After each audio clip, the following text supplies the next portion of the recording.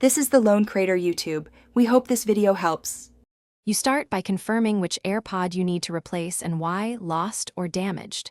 Once done, check the AirPod's model and serial in settings right arrow Bluetooth so you order the exact part. Make sure your Apple ID, device with Bluetooth, and a payment method are available. Apple requires them for a single replacement. Now open the Apple Support app or go to Support. Apple. Com to begin the replacement request, because the official service route is the only reliable way to get a single AirPod. Next, place the official replacement order through Apple Support. This is the required method. Select AirPods, then pick the exact side, left or right, and enter the case's serial if prompted. This ensures compatibility.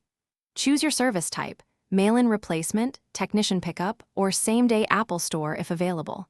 You'll see the fee and estimated turnaround. Confirm payment and shipping info, then accept any temporary loaner instructions.